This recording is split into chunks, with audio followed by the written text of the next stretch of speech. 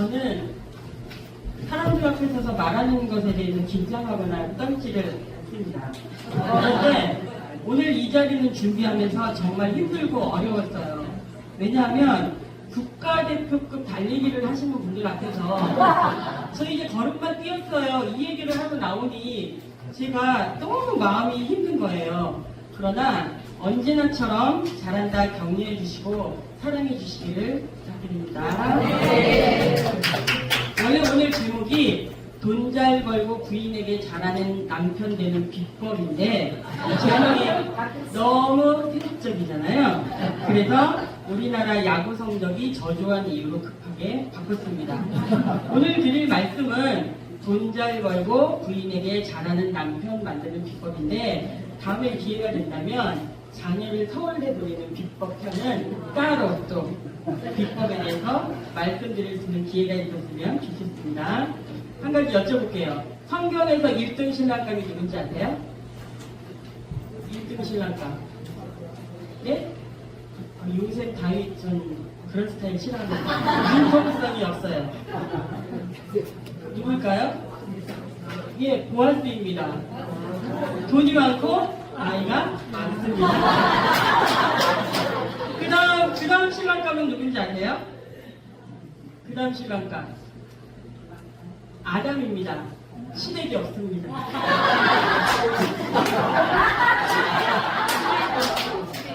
제주에 가장 큰 교회가 두 개가 있어요. 영락교회하고 성황교회가 있어요. 어느 날 제가 우리 딸한테 진지하게 이야기를 했어요. 나는 교회를 옮기려고 한다. 이래순복음교회는 나와 맞지도 않고 특히 목사님이 은혜가 되지 않는다. 나는 다음부터 영락교회로 가겠다. 그랬더니 우리 딸이 정색을 하면서 이야기하는 거예요. 엄마, 요즘은 성황교회가 더 핫해.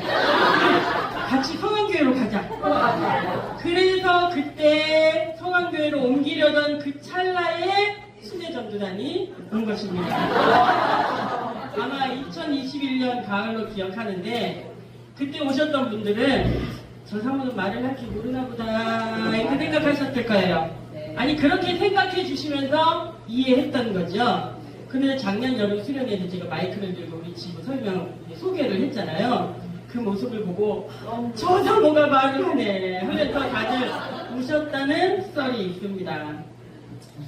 그만큼 상태가 안 좋았었는데 순회전도단이 와서 사랑해주고 힘을 줘서 꾹 참고 살다 보니 오늘 이런 날도 있습니다. 다 여러분 덕분입니다. 20년 넘게 한 남편과만 살다 보니 너무 힘이 들었습니다.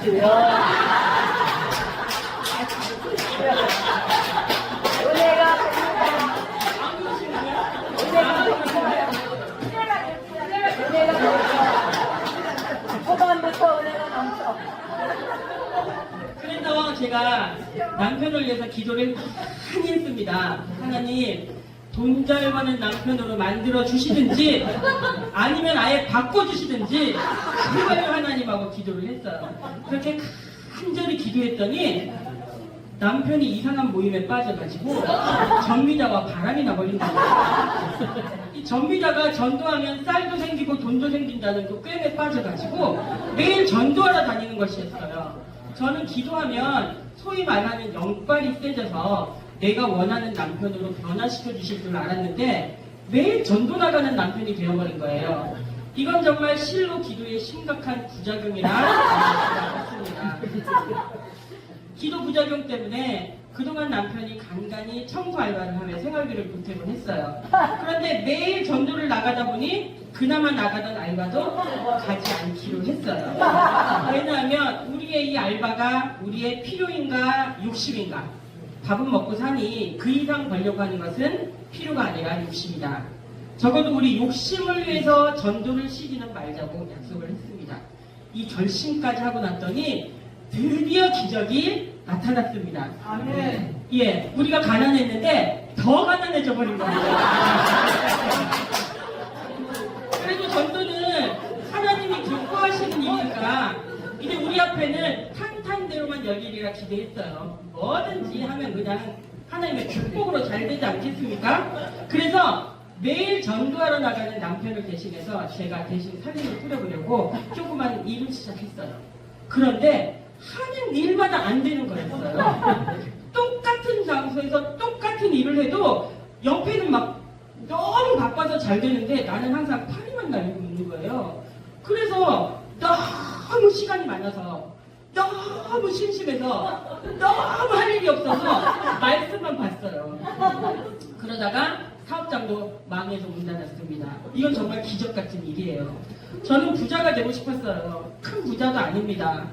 들어보셨겠지만 남편이랑 카페 가서 아무런 고민 없이 음료 한 잔씩 2잔을 시켜서 먹어보고 싶어요. 그리고 보일러 틀고 살지는 못했지만 매달 전기 잘라버린다는 전화는 받지 말고 살아야 되지 않겠습니까? 이 나이 되도록. 그런데 하나님은 전기세 커피값 대신 우리 딸을 서울대에 보내주십니다. 할렐루야. 옛날 삼성 이병철 회장도 못한 게 자녀를 서울대 보내는 거였다는데 나는 재벌보다 더 큰 부자가 된 것입니다. 할렐루야. 하나님은 항상 나의 기도하는 것보다 더욱 응답하시는 하나님이세요. 아멘. 아까 우리 목사님께서 제 간증을 다 해버리셨는데 그리고 두 아이가 서울에서 대학을 다니는 동안 다시 말하면 남편은 전도에 미치고 되는 일은 하나도 없고 그래서 할 수 없이 말씀만 보는 동안 아이들이 장학금으로 받은 돈과 혜택을 계산해 보니까 1억이 넘는 금액이었습니다. 할렐루야. 이 돈은 영국으로 가는 교환학생 경비하고 하버드로 어학연수 가는 경비 1,000만 원은 시간이 없어서 안 받아버렸습니다.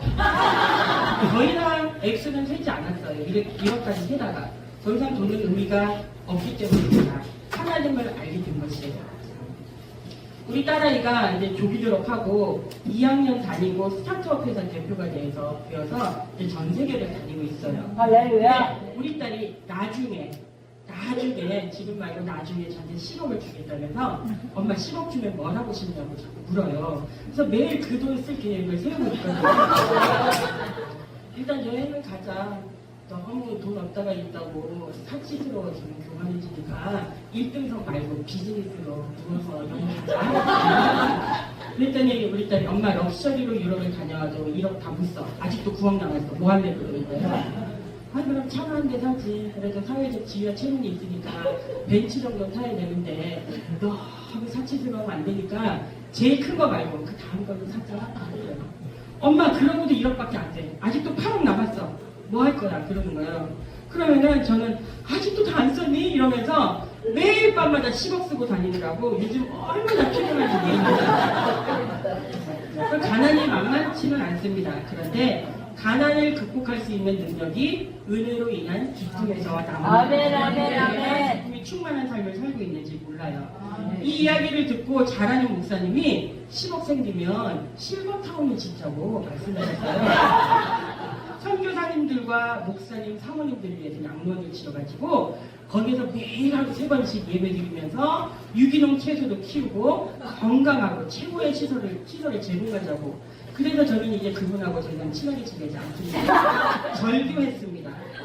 우리는 노후 준비하지 말고 사후 준비해야 돼요. 우리 침대에서 죽지 말고 길바닥에서 죽어야 됩니다. 건강하게 오래 살기 위해서 운동하며 좋은 음식 골라 먹고 관리하는 건 연명입니다. 연명하면서 살지 말고 사명 위해서 살아야 되지 않습니까? 그러면 우리의 노후는 잘 자란 자녀들이 대신해줄 만큼 하나님의 자녀들을 축복하실 것입니다. 우리에게 쌓아둔 은혜가 있어야 돼요. 요셉이 총리로 이름을 날린 게 7년 흉년 기간이었습니다. 7년 흉년에 다른 데는 다 굶어 죽는데 오히려 여기는 민심이 모였어요. 7년 풍년 동안 쌓아둔 은혜가 있으면 흉년의 때에 오히려 높아지고 영광스러워지고 세상이 굴복하는 것을 보게 됩니다. 쌓아두신 은혜를 만나게 되면 고통 중에 피폐해지는 것이 아니라 인생 앞에 하나님이 베풀어 주신 은혜를 누리게 됨을 알았습니다. 그 은혜를 누리는 우리가 되기를 바라겠습니다. 저희 목사님 사모님들 계신데 내가 이 얘기를 뺄까 했는데 제가 하는 이야기거든요. 열왕기상 10장 이야기를 해요. 여기 스바의 왕 나오잖아요. 스바의 왕. 솔로몬과 스바의 왕이 나옵니다. 이 스바의 왕이 솔로몬 찾아와요. 이디오피아잖아요. 스바가. 왜 찾아왔습니까? 솔로몬도 왕이고 스바 여왕도 왕이에요. 왕과 왕입니다. 가지고 온 것을 보면 솔로몬도 부자이지만 스바 여왕도 엄청 부자예요. 그러니까 더 부자되고 더 강력한 왕이 되는 목적은 아닙니다. 스바 여왕은 여호와의 이름으로 말미암은 명성을 듣고 왔다고 했어요. 나도 부자이고 왕이지만 도대체 솔로몬과 나의 차이는 무엇인가? 하나님을 믿는 자와 믿지 않는 차이는 무엇인가? 영적 목마름이 있었던 거죠. 이 스바 여왕 정말 잘될 여자입니다. 솔로몬이 스바 여왕에게 건물을 소개하는 장면이 나와요. 솔로몬이 성전 소개하는 것이 성경 말씀 소개하는 거잖아요. 성소, 지성소, 그 안에 있는 물건들, 성전 다 짓고 난 다음에 언약궤 들어오는 것이 다 메시지입니다. 다윗 왕국의 메시지를 통해서 하나님에 대해서 알게 되었고 성경에 있는 내용들을 다 알게 된 거예요. 스바 여왕이 잘 듣고 말씀의 뜻을 깨달았어요. 그리고는 솔로몬 왕국과 우리와의 차이점은 딱 하나다. 하나님이 계신과 안 계신과. 그래서 스바 여왕에 가면서 뭐라고 합니까? 날마다 하나님 말씀을 듣는 너희 백성과 신하들은 정말 복되다. 그러고 갑니다. 그런데 스바 여왕이 스바에 돌아와서 자기 나라 사람들에게 솔로몬에게 들었던 하나님의 말씀을 증거하고 그걸로 끝난 것이 아니라 주기마다 올라온 하나님 말씀을 들었다고 해요. 거리를 따진다면 4,000km 걸어서 6개월 거리입니다. 이 거리를 스바 여왕이 말씀을 듣고자 찾아갔어요.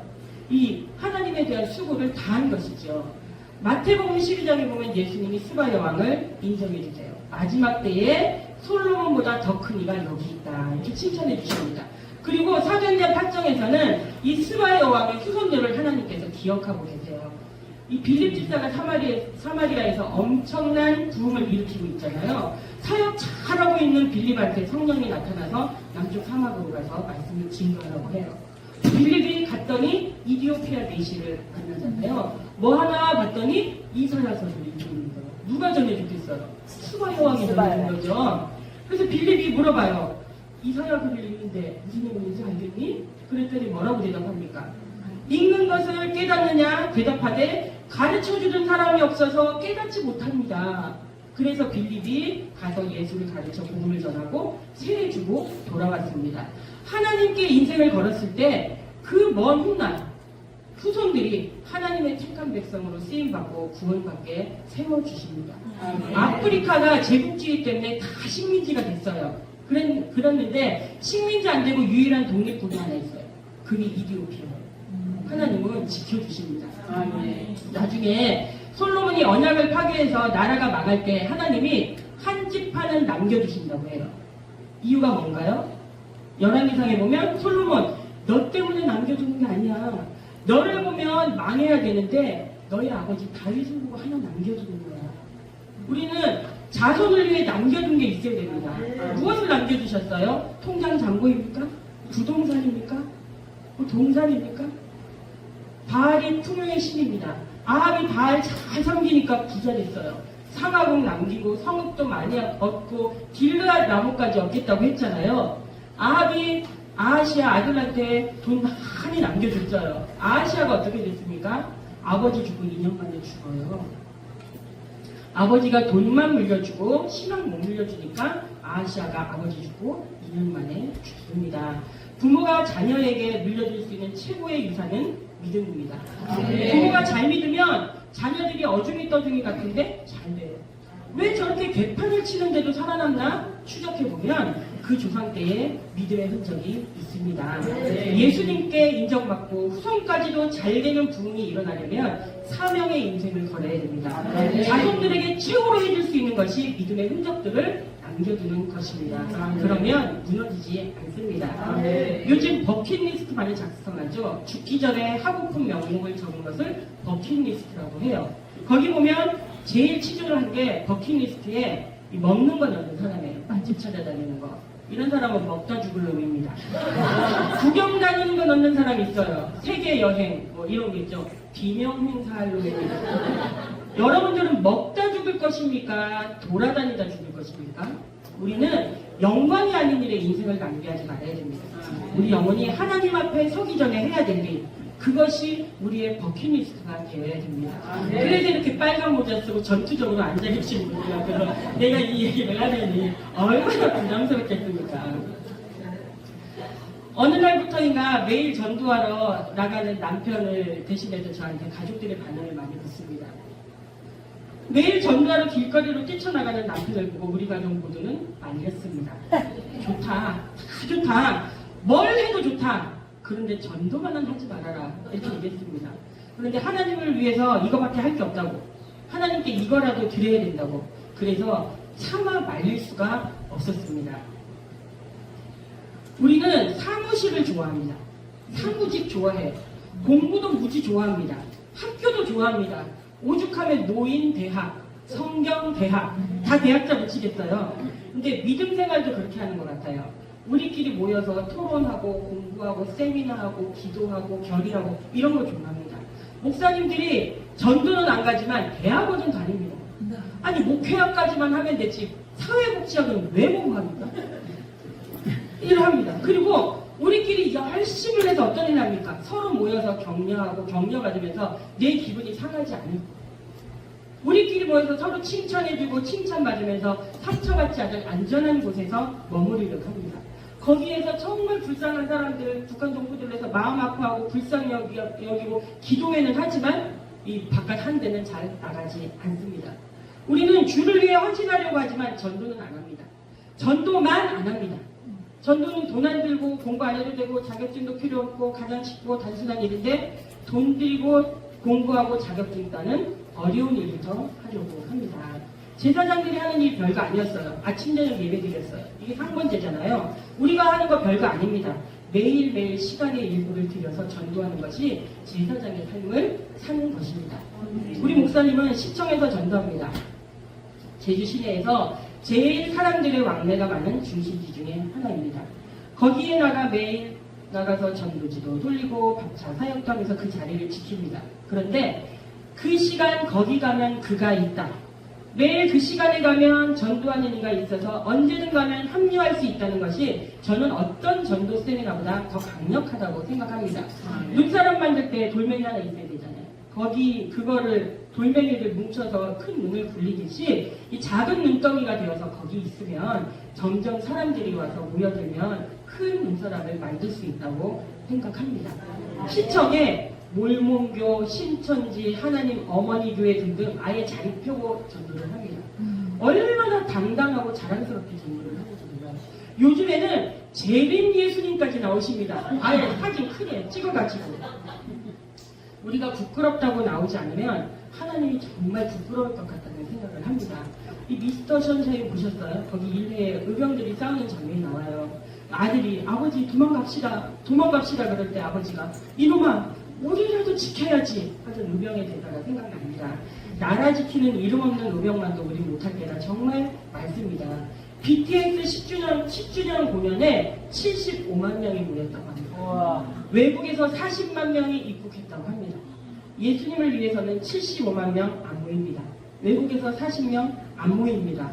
시청에 75명이 서서 가만히 서 있기만 해도 그건 메시지가 되고 문화가 될 거라고 생각을 많이 해요. 정말 하나님 앞에 죄송한 일이죠. BTS 좋아하는 아미들보다 우리 더한 뜨거움 가지고 예수님 기뻐했으면 좋겠다는 생각을 했습니다. 전도하는 우리 남편을 보면서 하나 깨달은 게 있어요. 하나님은 좋아하는 것을 주셔요. 무엇을 좋아하세요? 돈을 좋아하면 하나님은 돈 벌 일을 많이 만들어 주셔요. 대신 그 일 하느라 죽게 고생할 거죠. 대부분 헛고생, 개고생일 것입니다. 저는 말씀을 많이 사모했어요. 우리 순례전도는 다녀간 5년 동안 말씀을 열심히 봤어요. 말씀만 열심히 봤더니 하나님이 말씀 볼 수 있는 환경으로 임해 주시더라고요. 더울 때는 시원한 곳에서, 추울 때는 따뜻한 곳에 이렇게 직장을 가도 모두가 배당받는 업무에서 제외되거나 정말 너무나 좋은 동료를 만나서 잡다한 일 처리를 자기가 다 도맡아주고 저는 맨 구석에서 아무도 찾지도 부르지도 않는 곳에 자리를 딱 해서 아무도 방해받지 않게 말씀에만 집중할 수 있게 해주더라고요. 그래서 모두들 그리고 어떨 때는 말 안 듣고 문제 맡은 아이들이 착해지거나 전학까지 가요. 전무후무한 태평성대를 누린다고 하거든요. 전도를 좋아하면 전도만 하고 살아도 되는 삶을 주시더라고요. 아멘. 그래서 우리 남편은 전도하기로 작정했습니다. 그러니까 전도만 해도 되는 삶을 살고 있었어요. 그런데 전도는 가장 시급이 높더라고요.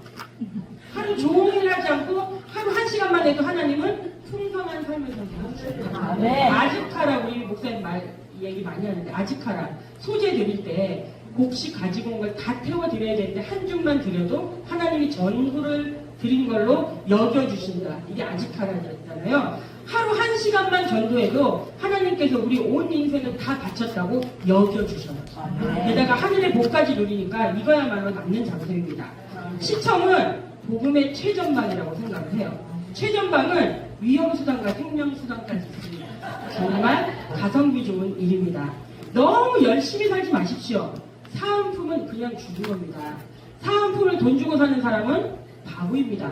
그의 나라와 의를 구하면 사은품은 그냥 딸려오는 겁니다. 많은 사람들이 저희들한테 물어요. 뭐 흔한 말, 어떤 말 물을지 알죠? 전도하면 효과가 있나요? 열매를 많이 맺으셨나요? 부흥은 많이 됐나요? 이런 말을 많이 물어요. 그럼 저는 대답합니다. 효과 없습니다. 하나도 없습니다. 아직까지 없습니다. 앞으로도 없을 것 같습니다. 뭐 저는 그렇게 얘기하거든요. 없습니다. 그런데 없으면 안 할 겁니까? 없으면 안 할 겁니까? 그러면 우리가 뭘 더 할 수 있습니까? 그리고 이보다 더 효과적이고 효율적인 일이 무엇입니까? 말씀해 보세요. 그리고 만약 그런 프로젝트가 있다면 그것을 할 능력이나 우리가 됩니까? 없습니다. 그렇다면 할 수 없다고 아무것도 안 할 겁니까? 이거라도 안 하면 뭘 할 겁니까? 우린 용기가 필요합니다. 잘 싸워 이길 용기가 아니라 미련할 용기가 필요합니다. 하나님 앞에서 열심히 뭔가를 잘하려고 하기보다 미련하고 볼품없는 자리에 있을 용기가 필요합니다. 아멘. 가치 있게 잘 쓰임 받기보다 미련한 일부터 먼저 할 수 있어야 됩니다. 아멘. 우리는 항상 내가 기준이에요. 나보다 더하는 사람은 과하다. 나보다 못하는 사람은 덜하다. 덜하는 사람은 모자라다. 이렇게 이야기를 해요. 그래서 내가 기준이 되어서 전도하는 사람들을 위로하고 격려하지는 못할 망정 미련하다고 판단하고 멀리할 때가 참 많이 있습니다. 성경을 보면 하나님이 하시는 일이나 하나님 백성이 하는 일들에 대해서 미련하다는 평가를 많이 받지요. 전도도 마찬가지예요. 우리가 전도하고 다닐 때 세상은 미련하다고 합니다. 미련하다는 게 무슨 뜻입니까? 멍청하다는 게 아니에요. 세상은 자기 논리로 이해 안 되는 것을 미련하다고 해요. 그래서 우리가 잘못하는 것도 비난하지만 우리가 너무 잘하는 것도 사람들은 비난합니다. 너무 큰 일을 하면 미련하다고 공격을 해요. 자기 수준을 넘어서는 일을 하는 사람을 사람들은 욕합니다. 이 섭리의 세계를 이해 못하기 때문이에요. 그게 미련하다는 뜻입니다. 그리고 우리가 다 하는 거 아니에요. 우리 다 못합니다. 부분을 할 뿐입니다. 인생이 길지 않기 때문에 다 하고 가는 게 아니에요. 어떤 부분을 하는 거예요. 광야 생활에는 모세가 맡겨진 일이 있었고, 가나안에 들어가는 것은 여호수아가 있었고, 왕국 세우는 것은 사무엘과 다윗이 있었고, 이렇게 릴레이 바톤 터치하는 거예요. 그리고 꼭 나를 통해서 이루는 게 아니에요. 내가 중간 과정을 하고 그 다음 바톤 터치를 하면 또 다음 사람을 통해서 일하실 거고, 주님께서 그걸 이용하셔서 하나님의 뜻을 이루어 주십니다. 다만 우리는 죽을 때까지 완성되는 건 없고, 다만 우리는 주를 바라보고 살다가 쓰러져 죽을 때도 주님 쪽으로 바라보면서 쓰러져 죽는 것뿐이 없습니다. 어떤 설교학 교수님이 신학생들을 데리고 공동묘지로 갔다고 합니다. 너희들이 설교에서 이 시체가 살아나면 A고 살아나지 않으면 F다 이랬대요. 그래서 설교 준비하고 신학생들이 무덤에서 설교를 했어요. 나사로야 일어나라, 마른 뼈야 살아나라. 몇 명이나 살아났을까요? 믿음이 없으시군요. 다 살아난다고 얘기해야 되는 거 아닙니까? 살아나는 사람이 하나도 없어서 A가 하나도 없었지만 신학생들의 설교 태도가 달라졌다고 합니다. 우리는 준비된 사람 앞에서만 전할 줄 아는데 대적하는 사람 앞에서 전하는 것들을 배워야 됩니다. 무덤에서 설교한다는 생각으로 증거해야 됩니다. 주님만 바라보며 마른 뼈들, 힘든 뼈들에게 하나님 말씀을 대언하다 보면 잠자던 자들이 일어나게 될 것입니다. 아멘. 우리가 접하는 사람들은 영적으로 죽은 사람들, 잠자는 사람들, 병든 사람들이에요. 살릴 수 있는 게 십자가밖에 없습니다. 아멘. 십자가 외에 죽은 자를 살릴 수 있는 게 뭐가 있습니까? 고린도전서 1장 18절에 십자가의 도가 멸망하는 자들에게는 미련한 것이요 구원을 얻는 우리에게는 하나님의 능력이라. 십자가의 도가 미련해 보이면 멸망당할 존재이고 하나님의 능력으로 보이면 그는 구원받을 존재입니다. 여러분은 십자가의 도가 능력으로 보이십니까? 네. 그래야 증거합니다. 증거하지 않는 것은 믿지 않는다는 것이에요. 인간의 죽음을 선언하고 살아날 수 있는 유일한 것은 십자가밖에 없습니다. 네. 우리는 지금 영적 공동묘지에 와 있잖아요. 그때 우리 모두 A학점 받을 수 있기를 바랍니다. 네. 정말 조심스러운데 전도에 대해서 한 가지 더 하고 싶어요. 오늘 본문 말씀인데 22절 23절 말씀에 유대인은 표적을 구하고 헬라인은 지혜를 찾으라. 우리는 십자가에 못 박힌 그리스도를 전하니 유대인에게는 거리끼는 것이요 이방인에게는 미련한 것이로되. 우리가 대학 가서 세상 지혜를 배우잖아요. 우리가 배우는 세상 지식이 로마의 힘과 헬라의 이성과 유대의 종교를 배우는 거예요. 로마의 힘이 뭐죠? 힘이 최고야. 권력과 돈이 있어야지. 그래서 힘을 추구할 수 있는 것들을 배웁니다. 헬라의 이성은 합리적이고 과학적인 것을 추구하고 배우지요. 그리고 유대의 종교입니다. 전도하면 무슨 이미지가 떠오르세요? 로마의 시각으로 보면 전도는 무력해 보입니다. 말 한마디로 무슨 힘이 있어? 그걸로 되겠어? 이렇게 얘기합니다. 헬라의 이성으로 보면 전도는 합리적이지 않아요. 왜 저런 식으로 해? 저게 효과가 있어? 이럽니다. 유대적인 방식에서는 기적이나 표적을 보여줘야지 저게 돼? 이럽니다. 결국 하나님의 지혜로 접근하지 않으면 내가 가진 힘과 지식과 학문적 소양이 다 은사가 아니라 하나님의 안티가 되고 하나님을 대항하는 도구가 됩니다. 그런데 한번 생각해 보십시오. 우리 가운데 전도 없이 믿은 사람이 있습니까? 어떤 사람은 스스로 왔다고 하는데 그 사람도 누군가 격려하고 전했습니다. 혼자서 어떻게 합니까? 전해줬으니까 아는 겁니다. 우리가 구원받는 길을 어떻게 알겠습니까? 전해줬으니까 아는 겁니다. 그래서 고린도전서 말씀처럼 하나님께서 전도에 미련한 것으로 믿는 자들을 구원하시기를 기뻐하셨다고 했어요. 하나님이 뭐라고 하셨어요? 하나님을 믿는 것은 구도나 득도로 되는 것이 아니야. 전도로 되는 거야. 하나님이 이렇게 방법을 마련해 주셨어요. 아멘. 전도가 뭡니까? 전도는 우리가 변화시키고 열매 맺고 출산하는 게 아니에요. 전도는 그냥 찾아가고 선포하고 선언하는 겁니다. 그런 방식으로 예수 믿게 하나님이 만들어 놓으셨어요. 네. 그리고 골은 손흥민이 넣으면 됩니다. 우리는 그냥 같은 팀에서 뛰기만 하면 됩니다. 문제를 하나 내겠습니다. 맞추시는 분에게 선물을 드리도록 하겠습니다. 누군지 한번 맞춰보시기 바랍니다. 나는 1974년 생입니다. 나는 지구를 25바퀴, 25바퀴 돌았던 경험이 있습니다. 나는 영하 40도의 추위도 두렵지 않습니다. 나는 높은 낭떠러지도 험한 길도 두렵지 않습니다. 나는 지금도 전 세계 60개국에서 왕성하게 일하고 있습니다. 나는 누구일까요? 네. 오리온 초코파이입니다. 오리온 초코파이. 네, 대단하네요. 저는 이게 가슴에 와닿았어요. 초코파이 강하지 않습니다.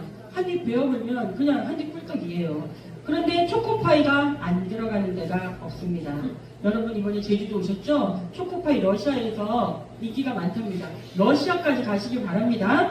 초코파이가 안 들어가는 데가 없어요. 근데 우리가 초코파이만도 못한 인생 되면 안 되겠습니다. 우리 초코파이 정신으로 외침 전도, 순회 전도를 다니시기 바랍니다. 약속해서 가는 거고 하나님께서 은혜 주셔서 강해지면 그 힘 가지고 더 뛸 수 있어야 됩니다. 이제 오늘 제목에 나와 있는 문제를 내려고 합니다. 우리나라가 요즘 야구 성적이 안 좋다고 합니다. 이유가 뭔지 아세요? 이종범 때문이라고 합니다. 그 좋은 DNA를 가지고 있는데도 아들을 하나밖에 안 낳았어요. 박찬호 때문이라고 합니다. 딸만 셋 낳았어요. 양준혁 때문이라고 합니다. 50 넘어서 장가가 가서 유전자 딸 하나 낳았어요. 빨리빨리 전도해서 믿음의 자녀를 낳아야 됩니다. 우리가 여기까지 온 거 그냥 하늘에서 뚝 떨어진 거 아니에요. 엄청나게 많은 눈물과 기도와 피 흘림이 있었기 때문에 나에게까지 복음이 온 거예요. 그런데 나는 기도도 안 해, 전도도 안 해, 놀러만 다녀, 먹방만 찍어 그러면 내 대에서 대가 끊기는 겁니다. 이대로 끊기면 안 되겠지요. 그래서 우리가 복음 전하는 모습이 꼭 있어야 된다는 거예요. 저희 남편이 그러니까 5년 정도 됐나? 전도한지 시청 전도한지 5년 됐어요. 근데 그 중에 2년 정도 혼자 전도를 했어요. 우린 바보라고 했어요. 모자라고 단순하니까 그걸 하지. 가지 말라 그랬어요. 날씨가 비 오면 비 와서 가지 말라 그러고 그렇게 제가 유혹을 하는데도 가더라고요. 그러다가 이 예심에서 훈련받은 동역자들이 생겼어요. 그래서 제가 그 동역자들 몇 분을 다 귀하지만 몇 분을 오늘 여기서 소개해드리고 싶어요. 물론 제일 큰 저의 동역자는 옆에서 아까 카운치 우리 현우입니다. 예, 우리는 현우를 전도사라고도 부르고 사찰 집사라고도 부릅니다. 이 높음과 낮음을 한다고 하면서 우리가 현우를 많이 괴롭히고 있죠. 그리고 또 한 분은 강하나 전도사님입니다. 우리 강씨들이 고집이 있어요. 이분이 철두철미하십니다. 10초 메시지 50개가 넘더라고요. 이걸 다 외우셔요. 토시 하나 틀리지 않고. 저는 작정 기류는 들어봤지만 작정 전도는 예심에서 처음 들었습니다. 신발 밑창 달아 없어지도록 전도하겠다고 다짐을 하는 사람이에요. 이 전도사님이 옆에서 우리 목사님과 연약하니까 목사님 힘들어요 그러면서 좀 말려줄 줄 알았더니 더한 사람을 만나버려서 빼도 박도 못하게 생겨버렸습니다. 그리고 또 한 분은 우리 공아무개 목사님, 공여롱 목사님을 말씀드리고 싶어요. 이제 우리 예심에서 전도를 하니까 극동방송에서 전도 코너를 하나 만들어서 우리 예심을 이제 인터뷰를 하고 코너를 하나 줬어요. 근데 우리 목사님이나 우리 예심이 잘하진 않지만 우리 예심이 하지 않으면 이 코너를 맡을 사람이 제주도에는 없다고 생각이 없어요. 그리고 우리는 늘 일상이고 별다른 일도 일어나지 않고 가서 할 얘기도 없고 했는데 가서 얘기해보면 그게 특별한 이야기가 돼요. 그러니까 특별하더라고요. 우리의 그 일상이 이 평범한 사람들에게 특별한 일이 되더라고요. 그래서 이 목사님이 어느 날 극동방송 가서 인터뷰를 했어요. 그럼 또 흔한 이 질문이 있잖아요. 전도를 하면서 힘든 일은 무엇인가요? 이런 거 묻잖아요. 그러면 저는 생각하는 대답이 요즘 날씨가 너무 추워서 손이 시렵고 힘들어요 라든가 사람들이 외면하고 갈 때마다 상처를 받아요. 저는 이런 말을 할 줄 알았는데 이분이 너무 의외의 대답에 저는 깜짝 놀랐어요. 이분은 비가 오거나 눈이 오는 것은 전혀 힘들지 않대요. 비가 오면 정류장 안에 들어가서 전도하면 되고 눈이 오면 옷을 더 입으면 되는데 그게 뭐가 문제가 되느냐는 거예요. 그리고 사람들이 외면해서 돌아서는 사람한테는 뒤통수에다 대고 얘기하면 되니까 전혀 문제가 되지 않는데요. 오히려 뒤통수에 대고 얘기하면 표정도 보지 않고 계속 얘기할 수 있기 때문에 또 좋다는 거예요. 근데 이분이 정말 힘든 것은 신호등 때문이래요. 신호를 기다리고 있는 사람들에게 복음을 전했는데 미처 다 전하기도 전에 신호가 바뀌어버려서 가버리면 다 전할 수 없는 게 너무 힘들대요. 그래서 신호등이 따라가시랍니다. 여기 정말 더 하신 분들이 따라가면 목사님. 그래서 신호등이 제일 힘들대요. 그리고 이분은 꼭 한 손에 피켓을 들고 전도를 하세요. 겨울에 막 손 시렵다 그러세요. 팔도 아프다 그러고. 그럼 놓고 다니세요 그랬더니 차 타고 다니는 사람한테는 전할 수 없기 때문에 차 타고 가는 사람들도 이걸 읽어야 되기 때문에 피켓을 이렇게라도 볼 수 있게 한다는 거예요. 진정한 정미자입니다. 정말 주변이 정말 싫어요. 그리고 우리 교회에 한 자매를 소개시켜 드릴게요. 새신자입니다. 40 넘어서 처음 교회를 왔어요. 성경 적용어를 나 처음 들어본 생짜백이에요. 예를 들어서 원수를 사랑하라 그러면 우리는 원수를 사랑하진 않지만 마음에 깨달음이 있잖아요. 그래 사랑해야 되는데 내가 사랑하지 못하고 살았네. 사랑할 수 있을까? 그러면서 사랑은 하지 않지만 가슴 아파하긴 하잖아요. 근데 이분은 원수를 왜 사랑하지? 원수는 갚는 것이 아닌가? 원수를 사랑하라는 사랑하라는 이런 말씀도 있었구나. 정말 좋다. 아, 이제부터 원수를 사랑해야 되겠구나. 이렇게 배워가는 이런 분이에요. 그래서 1년 정도 이렇게 교회 잘 다니면서 믿음이 잘 성장했는데 어느 날 이분이 이제 가만히 보니까 담임 목사님이 매일 전도를 다니는 거예요. 그래서 자기도 같이 하겠다며 시청으로 나간 거예요. 그 모습을 보면서 제 마음이 어떻겠습니까? 네?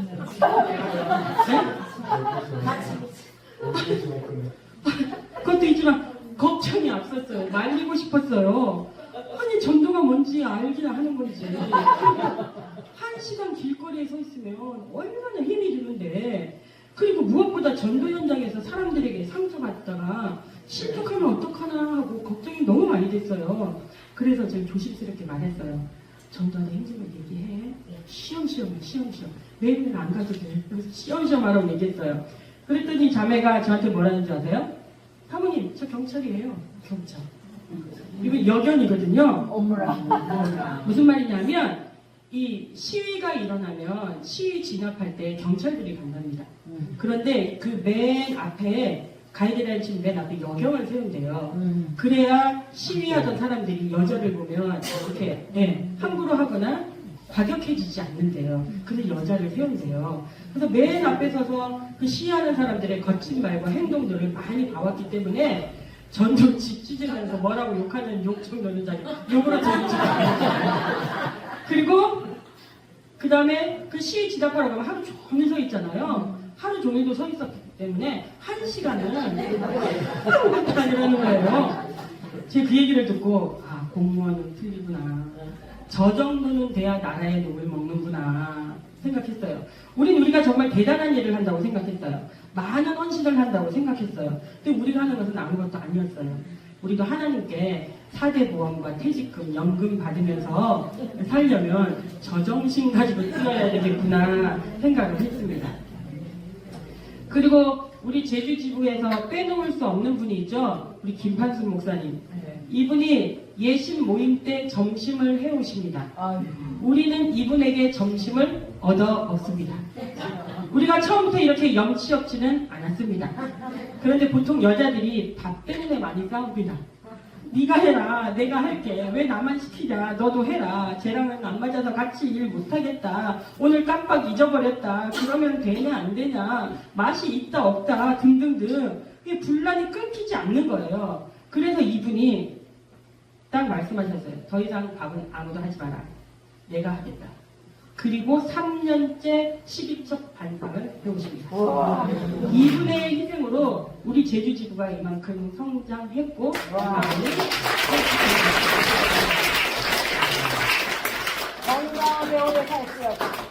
그런데 얼마 전에 우리 김판수 목사님이 가슴에 혹이 잡혀서 병원에 갔더니 유방암 3기라고 진단을 받으셨습니다. 쏘아! 그래서 그 뭐가 문제가 돼요? 여전히 밥 하십니다. 여전히 우리는 그분에게 밥을 얻어먹고 있습니다. 하나님은 우리의 강함도 쓰시지만 약함을 통해 더 큰 일을 하실 때가 많습니다. 빌립보서 4장 13절 말씀에 내게 능력 주시는 자 안에서 내가 모든 것을 할 수 있느니라. 이게 무슨 말이죠? 내가 원하는 건 다 가질 수 있어. 기도만 하면 그냥 다 이루어져. 아멘 하면 믿습니다. 믿음만 있으면 다 돼. 이런 뜻이 아니잖아요. 이건 환경과 조건에 관계없다는 말입니다. 바로 앞에 12절에 뭐라 그랬죠? 나는 비천에 처할 줄도 알고 풍부에 처할 줄도 알아. 모든 일, 곧 배부름과 배고픔과 풍부와 궁핍에도 처할 줄 아는 일체의 비결을 배웠노라. 일체의 비결을 배웠기 때문에 모든 것을 할 수 있다는 거예요. 부자면 주의 일하고 가난하면 못합니까? 건강하면 일하고 병이 들면 못합니까? 환경과 조건은 문제되지 않습니다. 하나님이 능력 주시면 최악의 조건과 상황에서도 더 많은 일을 하고 더 많은 열매를 맺을 수 있다는 것을 우리는 이분을 통해서 배우고 있습니다. 우리가 지금 가지고 있는 모든 것들, 누리고 있는 모든 것들은 절대 목적이 아니라 수단일 뿐입니다. 요셉의 출세도 구원과 사명을 이루기 위한 수단이었습니다. 출세가 수단이라면 감옥도 수단입니다. 모든 수단에 하나님의 능력이 임하면 어떠한 수단을 가지고도 하나님의 목적을 이룰 수 있고 사명을 이룰 수 있습니다. 사명은 약해도 이룰 수 있고 강해도 이룰 수 있습니다.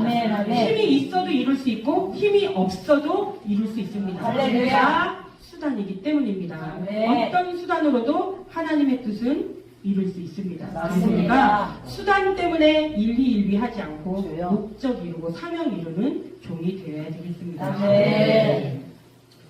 두 명의 크리스천을 만났습니다. 둘 다 IT 업계에 종사한다고 해요. 한 명은 PC방 주인, 한 명은 구글 코리아. 굳이 누구를 무시하는 건 아니지만 그러나 다릅니다. 믿어도 수준이 다를 수 있습니다. 영적 구글 수준의 사역을 해야 됩니다. 그게 자녀들의 능력입니다. 빨리 가야 됩니다. 신상품 100% 받고 팔립니다. 그런데 철 지나면 50% 세일합니다. 해 지나면 90% 땡처리 아울렛으로 갑니다. 우리가 가장 가치 있을 때 뛰어나가야 됩니다. 언제 죽을지 우리 모릅니다. 관절 나가고도 3, 40년 더 삽니다. 한경직 목사님 폐 하나 잘라내고도 98세까지 사셨어요. 비행기 1등석 타고 갔다가 화물칸에 실려올 수도 있는 게 우리 인생입니다. 지금이 마지막이라고 생각하고 정말 내게 주신 충성하면서 사명 감당하면서 오늘을 헌신하고 살아야 되겠습니다. 네. 몇 가지만 또 말씀드릴게요.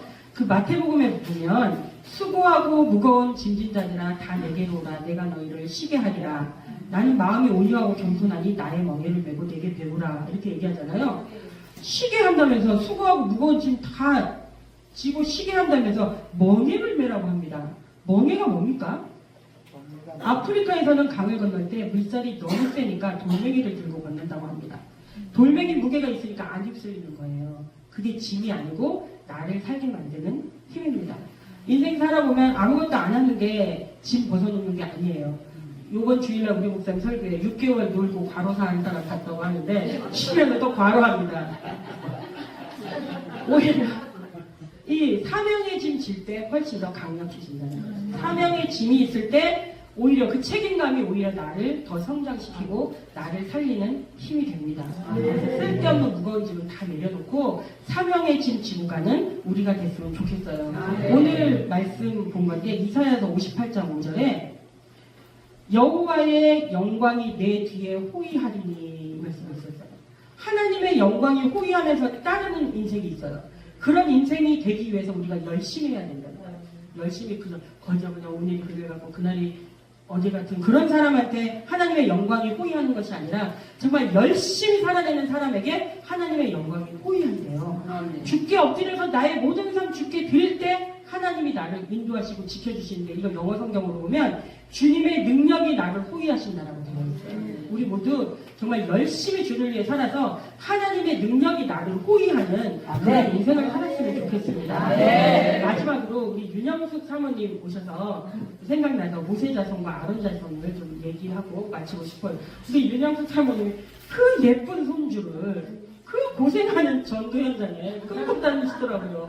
아이는 너무 귀공자같이 생긴 아이를 세상에 길바닥에 전도를 할머니랑 같이 하면서 다니는데 이게 생각이 났어요. 모세 자손과 아론 자손 축복의 차이가 있어요. 모세는 자손의 축복이 없어요. 모세의 족보는 딱 3명만 나옵니다. 사사기에 보면 모세의 손자이고 게르솜의 아들인 요나단과 그의 자손은 단 지파의 제사장이 되었다. 우상 숭배하고 이단 종파 만들어서 끝내버렸다는 거예요. 어떻게 모세의 손자가 이단 종파의 괴수가 됩니까? 그게 모세 후손의 마지막 기록입니다. 모세가 출애굽의 영웅 아닙니까? 하나님의 은혜를 그렇게 받았는데 그 자손들이 왜 이 꼴이 됐습니까? 모세는 리더십이 대단했지만 후손들이 남들 살리는 거 안 했어요. 그러니까 멸절했습니다. 출애굽할 때 모세의 아내와 아이들은 친정에 가 있었어요. 출애굽기 18장이 되어서야 왔어요. 장인이 딸과 손주들을 데리고 왔어요. 그러니까 이 아내와 두 아내들은 10가지 재앙이 뭔지도 모르고 6월절이 뭔지도 모르고 홍해 갈라지는 승리가 뭔지도 모르고 느비딘 광야에서 아말렉 물리친 사건도 모르고 손 들면 이기고 손 내리면 지는 것도 모릅니다. 요즘식으로 말하면 외국 유학 생활하면서 평탄하게 교육 잘 받은 거예요. 그런데 하나님의 역사의 현장이 없으니까 믿음이 파산된 겁니다. 망했어요. 근데 아론은 어떻습니까? 아론 집안은 개창한 집안이에요. 레위, 아론, 고라, 우리 요즘 시편 보는데 고라 자손 얼마나 헛점투성입니까? 그런데 이 사람들은 다 제사장으로 살았어요.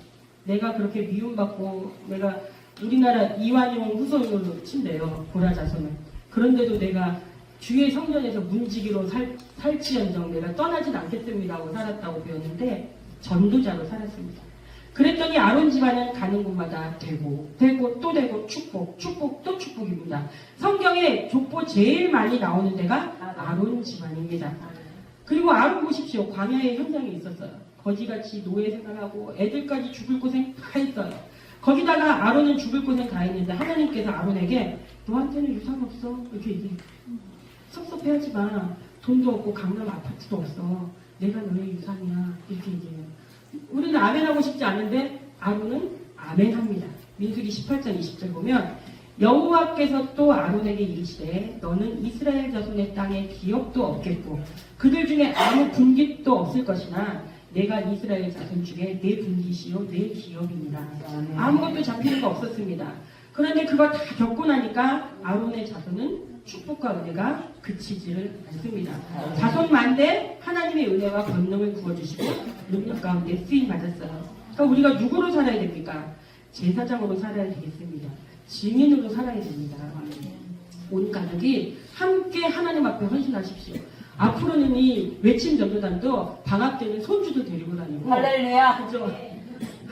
그래야 됩니다. 고생할 때도 같이 가야 돼요. 전도하고 선교하는 현장에도 같이 가야 됩니다. 우리 현우는 모로코까지 갔다 왔어요. 정말 불쌍한 아이예요. 우리 현우는. 교육으로 인물 나오는 거 아니죠. 그래서 온 가족이 믿음에 동참했을 때 10년, 20년 지나고 보면 교육 잘 받고 너는 학원 다녀와라. 엄마는 교회를 다녀오마. 너는 학교 잘 갔다 와라. 엄마는 외침전도를 다녀오마. 이제 교육 잘 받는다기보다 엄마가 밥도 안 해주고 맨날 전도 쫓아다니면서 엄마 밥도 안 해주고 이런 아이들이 나중에는 더 잘 되고 교육 잘 받은 아이들이 오히려 게르손과 요나단처럼 망할 놈들 나오는 겁니다. 그래서 아론은 죽을 고생 다 하고 어려움 당했지만 그 가문에 하나님께서 생명의 은혜를 부어주셔서 승리하는 것을 봅니다. 고달픔이 사라지는 게 우리 인생의 목적이 아니란 걸 알아요. 내가 치성을 드렸더니 주님이 감동하셔서 복 주셨어. 내가 잘 믿었더니 주님이 더 주셨어. 신앙은 이런 촌스러운 게 아니에요. 우리가 삶은 좀 고달파도 위대해지고 영광스러워지고 훌륭해지는 게 신앙입니다. 그분은 마지막에 전도였어. 그럼 꼭 천국 가고. 그분은 마지막에 제주도 외침 전도였어. 그리고 천국 가고. 훌륭하지 않습니까? 위대하지 않습니까? 영광스럽지 않습니까? 할렐루야. 어떤 사람은 평탄하게 살 수도 있고 어떤 사람은 좀 어렵게 살 수도 있습니다. 그래봐야 50분 100분입니다. 7, 80년 동안 좀 어려우면 어떻습니까? 하나님이 나한테 좀 안 주시면서 좀 더 많은 걸 요구하면 어떻습니까? 아멘. 그게 더 영광스러운 거 아닙니까? 아멘. 우리의 목적은 영광스럽고 훌륭해지는 것입니다. 이번 주일날 우리 목사님 설교한 걸 내가 좀 달라고 하는 건데 이게 믿음 없는 사람들이 보면 야, 저 사람 너무 과도하게 헌신하네. 과도하게 희생하네. 과도하게 헌금하네. 이렇게 얘기한다고 합니다. 제정신이기 때문에 그렇다고 합니다. 근데 우리는 주님 사랑에 눈이 멀어야 됩니다. 주님의 사랑에 눈이 멀면 마리아 같이 향유를 깨버립니다. 삭개오 같이 다 팔아 나눠주고 주님 따릅니다. 이게 사랑에 눈먼 사람의 이야기라고 합니다. 우리 여기저기서 향유 깨는 소리가 들려야 되고 헌신의 소리가 들려야 되겠습니다. 그래서 하나님 사랑에 눈먼 사람들 우리 다 되어서 하나님께서는 사랑에 눈먼 사람들을 더 높여주시고 더 영광을 보여주시고 하나님의 능력으로 아까 이사야 말씀처럼 호의해 주신다고 합니다. 우리 오늘 헌신하러 오셨는데 이 헌신을 통해서 진짜 신나는 인생, 진짜 즐거운 인생, 진짜 힘찬 인생 살아가는 우리가 되기를 바라겠습니다.